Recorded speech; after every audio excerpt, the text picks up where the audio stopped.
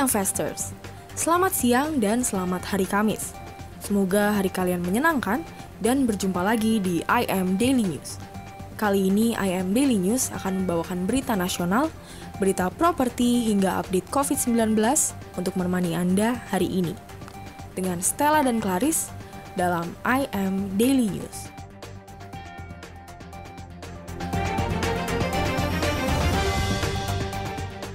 Berita pertama ini sedang ramai diperbincangkan oleh masyarakat Indonesia, khususnya di dunia maya. Pemerintah akan mengambil alih pengelolaan Taman Mini Indonesia Indah atau TMII setelah 44 tahun ada di tangan Yayasan Harapan Kita milik keluarga Cendana. Alasannya, pemerintah ingin kembali menghidupkan TMII yang selama ini tidak pernah menyetor pemasukan kepada negara. Dilansir dari kontan.co.id, alih kelola TMII tertuang dalam Peraturan Presiden Nomor 19 Tahun 2021 tentang pengelolaan TMII. Kepala Staf Presiden Muldoko mengatakan bahwa pemerintah telah menyiapkan BUMN pariwisata untuk menyiapkan pengelolaan ke depan.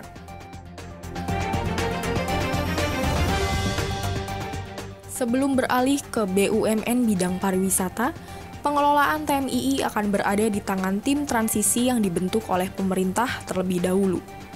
Targetnya, dalam 3 bulan ke depan setelah tim transisi, pengelolaan kawasan wisata di Jakarta Timur tersebut bisa segera beralih. Pemerintah berharap perubahan pengelola TMII bisa memberikan manfaat bagi negara. Cita-cita pemerintah yakni menjadikan TMII sebagai tempat berkumpul bagi inovator muda di berbagai bidang.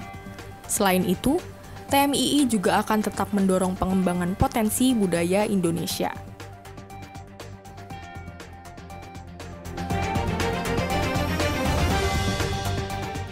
Beralih ke berita selanjutnya.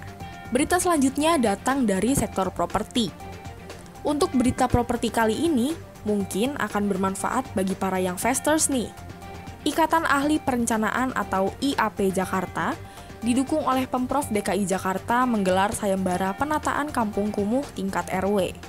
Dilansir dari kompas.com, sayembara atau kompetisi ini diselenggarakan mulai April hingga Juli 2021 dengan menyasar perencana atau planner muda untuk menyusun konsep peremajaan RW kumuh. Kampung kumuh yang akan ditata ada 2, yakni Tanah Merah di Jakarta Utara dan Manggarai di Jakarta Selatan.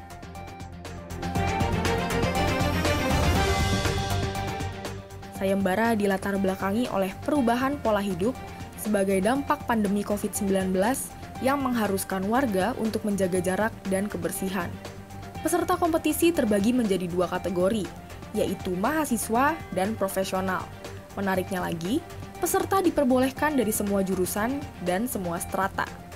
Kompetisi juga dapat diikuti secara berkelompok, maksimal anggota berjumlah 8 orang dengan ketentuan tim leader harus berlatar belakang perencana wilayah kota atau PWK. Nah, untuk berita selanjutnya akan dibawakan oleh rekan saya Claris dalam IM International News.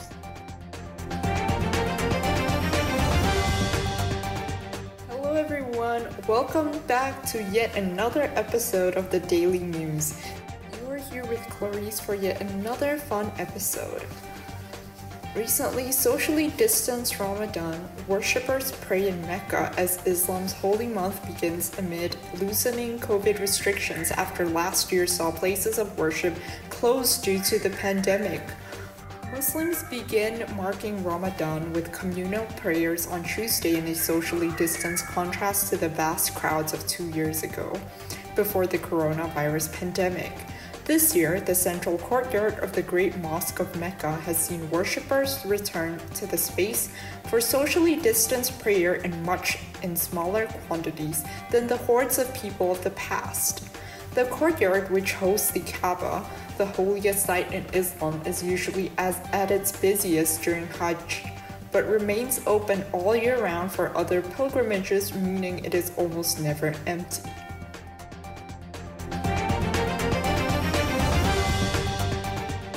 Following this news, the National Disaster Mitigation Agency has appealed to all Indonesian provinces to remain on alert for the potential seeds of Tropical Cyclone 9AW detected by the Meteorology, Climatology, and Geophysics Agency. BNPB Deputy Chief for Prevention wrote to all provincial governments on Tuesday, asking them to keep watch for the tropical cyclone, issue early warnings, and take precautionary measures. Provincial governments must intensify vigilance for potential extreme weather, including whirlwinds, heavy rains accompanied by flashes, lightning, hail, and the impact of the extreme weather such as floods, landslides, flash floods, and strong winds. That's all the news I have for today. Thank you so much for listening and stay tuned for the next episode.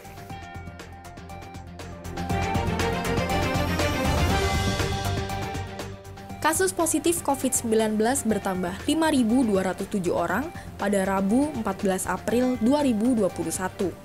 Dengan demikian, total kasus positif di Indonesia secara kumulatif mencapai 1.577.526 kasus. Berdasarkan data dari covid19.go.id, dari jumlah tersebut sebanyak 6.349 orang sembuh per hari ini. Sehingga secara akumulatif, 1.426.145 orang telah dinyatakan sembuh. Sementara itu, kasus aktif atau pasien yang masih dalam perawatan maupun isolasi mandiri sebanyak 108.599 orang. Jumlah tersebut berkurang sebanyak 773 kasus dari data sehari sebelumnya. Sehingga jika diakumulasikan, kasus aktif di Indonesia saat ini hanya tersisa 6,9% dan sebanyak 90,4% orang telah sembuh dari total kasus keseluruhan. Tentunya jumlah tersebut harus perlu ditingkatkan lagi sehingga penyebaran COVID-19 di Indonesia semakin bisa diminimalisasi. Pemerintah juga terus mengingatkan agar masyarakat turut membantu menekan kasus positif corona dengan melakukan langkah pencegahan penularan COVID-19 dengan mematuhi protokol kesehatan. Maka dari itu, untuk kalian semua yang sedang mendengar dan menyaksikan ini, diharapkan untuk tetap menerapkan protokol kesehatan, melakukan physical distancing, dan tetap melakukan 3M. Mencuci tangan, menjaga jarak, dan memakai masker. Jangan lupa untuk taat vaksinasi COVID-19 dan dianjurkan untuk tetap stay at home. Stay safe and stay healthy. Sampai jumpa di IM Daily News berikutnya. Salam IM Community, I am smart, I am capable.